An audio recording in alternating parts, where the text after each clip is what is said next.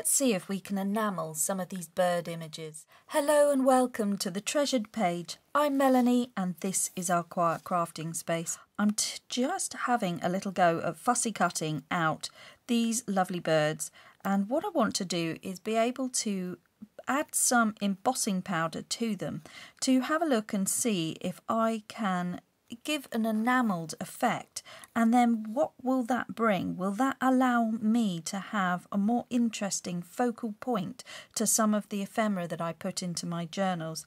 So I am just having a play. It is a process video. I thought I'd bring you along for the ride just to see what we think and whether this is going to be something that we could do.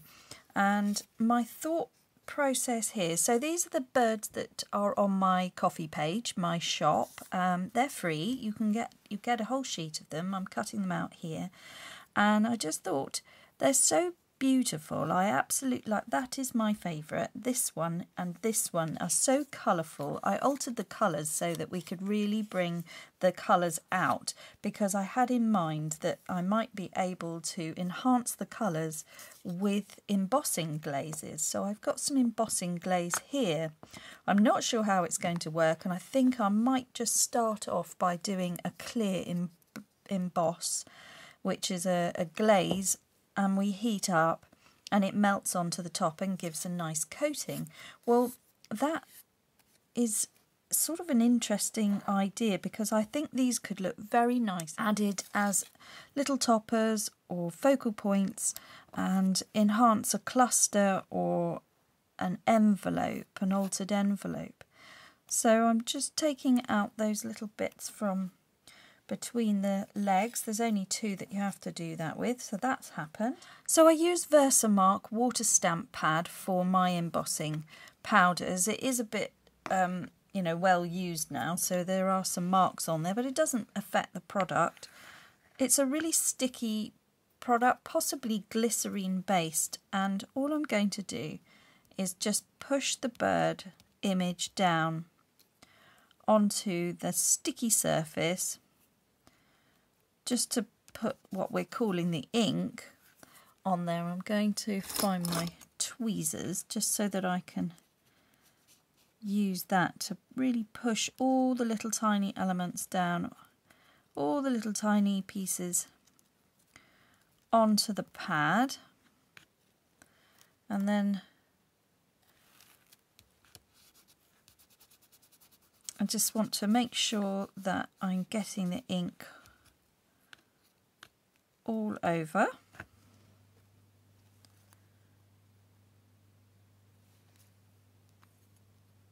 That's looking pretty covered there. And you can see automatically that the colours are already starting to look brighter, just because it's got a glossy sheen of that ink, that sort of damp. It's been made damp. So that is quite interesting. Right, I'm just going to bring in a piece of paper that I don't mind if I get coated, and we'll just sort of do the same for the others.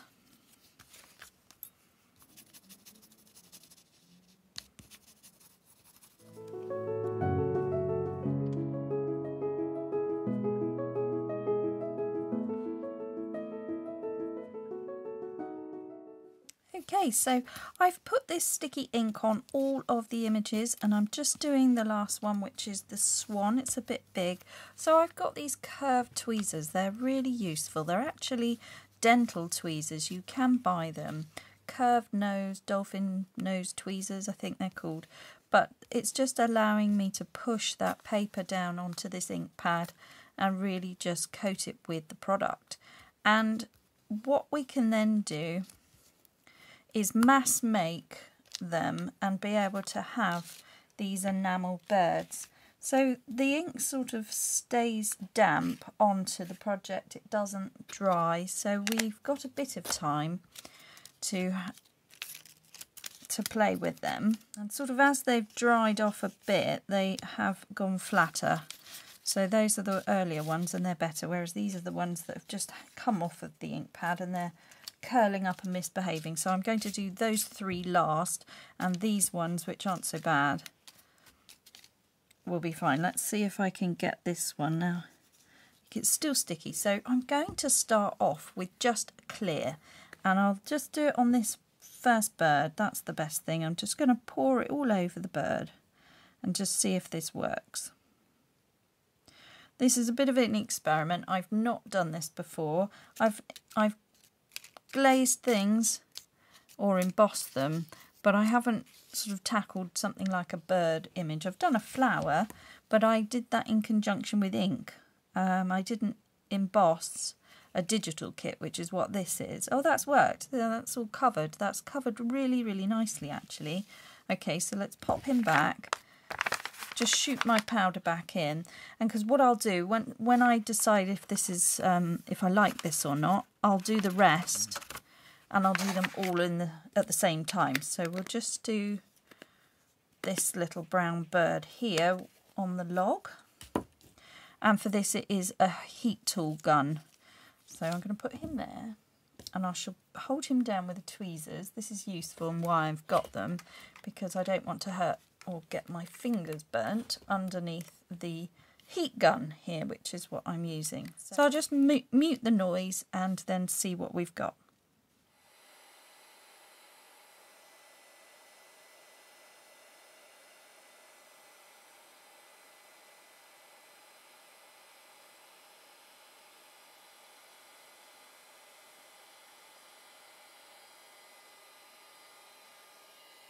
Okay, so when I've embossed before, I always find I have to do 2 coats, and this is no exception.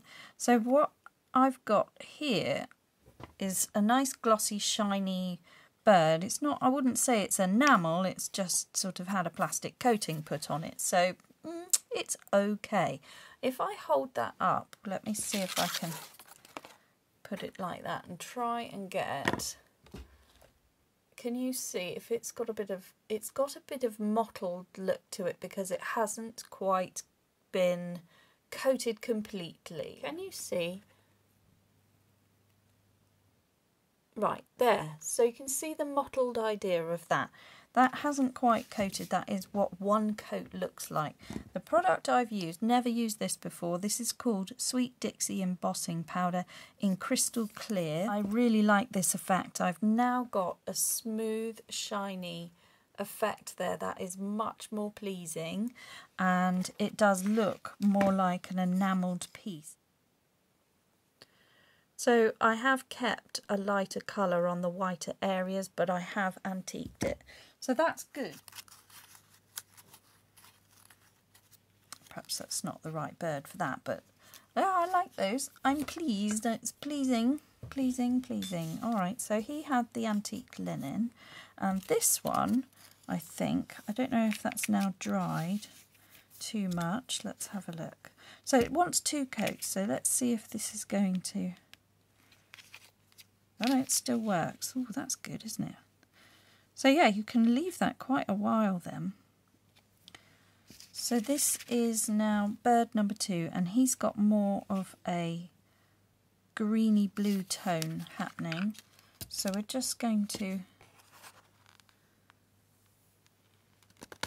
shoot that back in there. And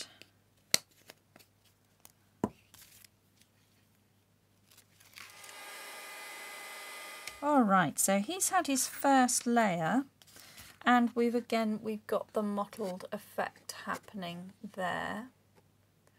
But very cool. I'm going to now use this one, which is Speckled Egg. You can get lots of different embossing ink pads. This is the one that has been recommended to me, and I can't fault it, so it's been really good.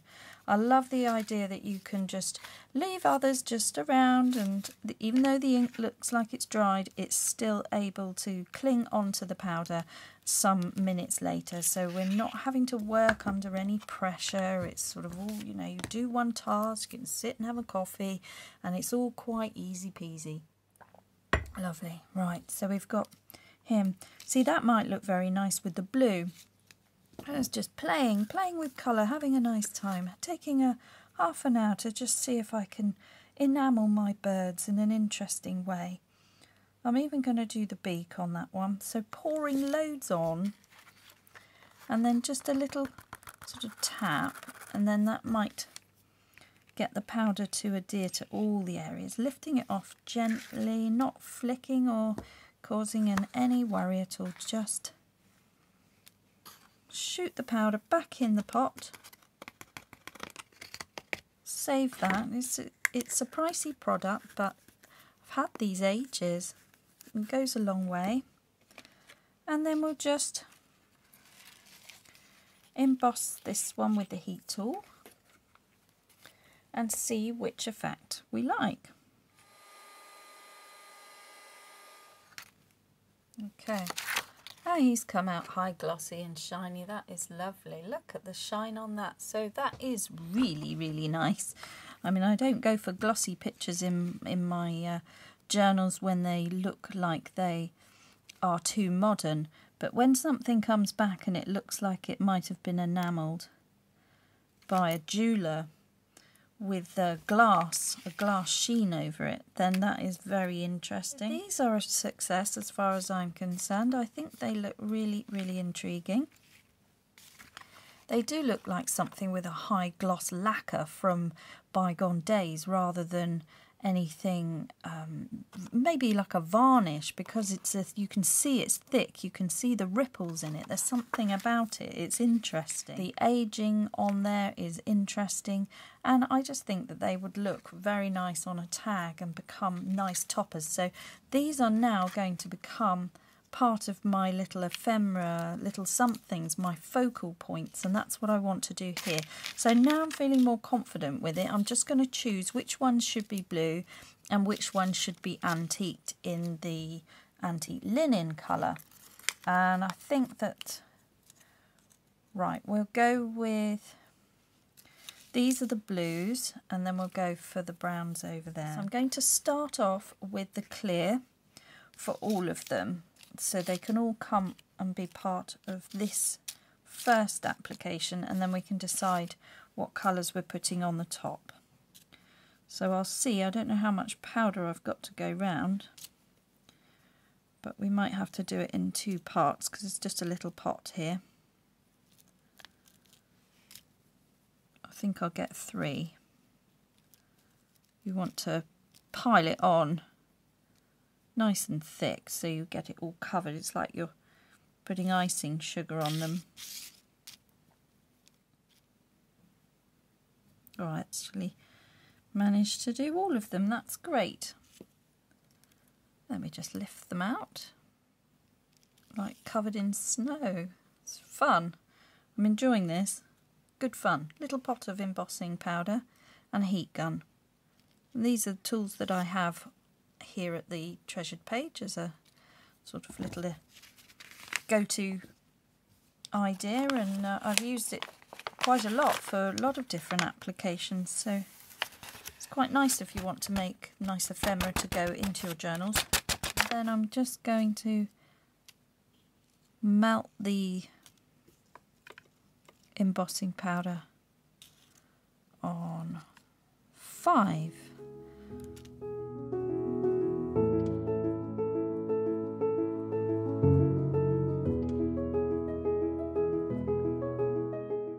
Okay, wow, these have come out brilliantly. I'm just having a look at them all here. So the blue ones have come out just enhanced, like they've had a filter over the top of them.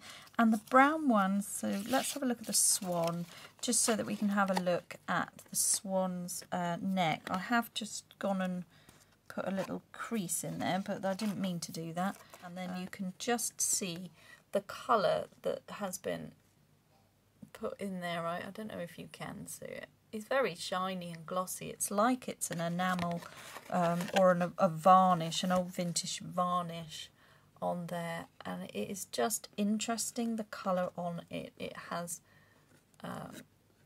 with the antique linen, it has been able to age the effect on there and make it look like it's been around for a long time. Maybe a varnish, maybe a lacquer, You know, that's the sort of style. So I'm not a fan of shiny things, but it doesn't look like a high gloss photograph or anything because it's got ripples in it. It's got rounded edges on the edge of the paper, and that's all it is. It's just paper, just 80 GSM copy weight paper suddenly morphed itself into something that you'd expect on a piece of jewellery or a cabinet or an enamelled piece. Just really, really fun. And they feel nice. There's a strength to them, a thickness to them, something very, very expensive feel to them. And that was with the brown on this bird here. And just there's just a gentle ripple, so it does look like a natural painted effect of something on there. They're curling up a bit, but they'll settle down and you can sandwich them under some heavy books overnight and then they'll just lay flat. Like this one's laying more flat because we did it a while ago, and these are still probably not quite set as well as they could. And then I've got 3 that are orientated in that sort of way for tags, and then 3 that are going this way, landscape, for envelopes or something. So that's and then this one as well, sorry, there's 4. So you get 4, 5, 6, 7 birds to play with. And then this was a book page. This is completely separate. I've just found it. So you could do the same if you didn't have a printer and you couldn't get hold of the Freebie Digital on my Ko-fi page with a link below. Then you can cut out images and you would be able to emboss that if you wanted to. The other thing you could do is put a coat of PVA glue over it and maybe mix in some coffee as a stain to give it an aged effect if you didn't want the white. That's another way of doing it. This is obviously a very different way. It's a specialised product and it has been designed with distressing and ageing in mind if you buy something like the Tim Holtz. If I'd done 2 coats of the antique linen, I would have got dark brown on the white areas and it might not have looked as good. So by doing 2 coats but one being clear and not having a stain in it has acted in my favour. It's worked out well for this process here. And when you think about digital kits that you may have, not just these but any, if you've got digital kits of butterflies and any images where there's small ephemera pieces, just the embossing glaze will allow you to have a different look. You can age things and make them look like old signs or enamel work. Just bring more intrigue to a project that will now stick to a page and look thoroughly interesting. Let's put this bird here and instantly we've got something that can go on an envelope and look really, really interesting once he's been stuck down. And then this one, maybe we could have this and stick him down there. I'm not going to stick them down because I want them to be on hand for when I want to do the project, but maybe that's wrong. That's not quite right, but do you see how it would go on an envelope so it's the right size? And maybe this one. Not sure, but they are there to be played with. That's lovely, isn't it? So I like that. What else? What else do I like? Maybe the swan. I'm not sure if the ticket's right, but there we go. How about something like that? And it's almost like they're on the nest. Perhaps if the background were different or had some book page peeping through. And then that become a really, really cool embellished envelope, which has been eco-dyed, that one. So yeah, just fun things to then be able to grab and play around with. We can now use our scraps and just have some interesting tuck created there with a very, very interesting focal point, so that they can come and live in one of the ephemera holders. And this can be part... haven't got much room in here for things.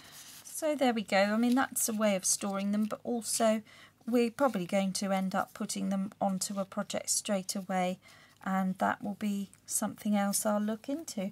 So just to let you know, I have seen the prompts for this year's Defember, and that is hosted by 49 Dragonflies and Louisa Heinzel.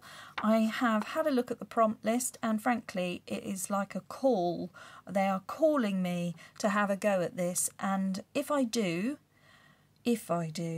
I will need a grunge style journal.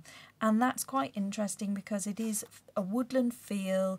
It isn't going to be all Christmassy in the sense of Santa Claus and the usual cartoon and children's style. It's going to be a different, looking at nature and things like that, and I just think that's brilliant. And the turn of the season at the moment in the UK is very much soil and mulch and putting down new soil for new growth in the new year. So I'm quite interested in the brown and the grunge, and I've got my bucket of scraps here, which I don't think even Louisa Heinzel will approve of. I don't think they are grungy enough, so I've got to see if I can make some real grunge stuff here. I'm going to probably enjoy that, splatting some ink about and paint about this December, so I think that's what I'm going to do. I mean, prompt number 1, fluff mason jar. It's a challenge, and I'm up for a challenge, as you know. So the plan is to make 2 journals before the end of the year. The first one is going to be a very earthy, grounded, grungy, natural journal, and that's going to support the December daily, which I will get involved in, and that will be fun. So it's going to be mixed media this December. A lot of mixed media journaling this December. So finishing off projects, lots of mixed media journaling coming up. Dipping into this because I love where these prompts sort of take me. They take me a totally different direction, and I never know where I'm going, and I love that, so we're going to have a go at that. Not sure if I'll do it every day, but I'll certainly dip into it like I've done before and make the journal, however that may come about. So I'm collecting up the grungy brown coffee tone papers of this sort of colour, and we will meet back here. So if you would like to see how I'm going to make that cover, it's going to be a soft cover, and 12-page signature soft cover journal will be coming up hopefully before the 1st of December. That is the plan. So stay tuned for that. I'll keep you posted. Very exciting. Lots of things coming up. I'm not sure which way it's going, but definitely in the descent to the end of the year, there's just going to be whatever feels right at the time, and doing some lovely December daily projects, finishing off projects this week, and making a new journal. So that's quite a lot to be getting on with it, isn't it? Okay, well, join me, and we'll see how far I get with all of that, and you can come along for the ride and learn some new tricks and ideas along the way, and just settle in and have a quiet craft along and enjoy your time with me. So thank you very much all for listening. I appreciate each and every one of you, and above everything else, guys, just slow down and make crafting time for you. Bye bye now.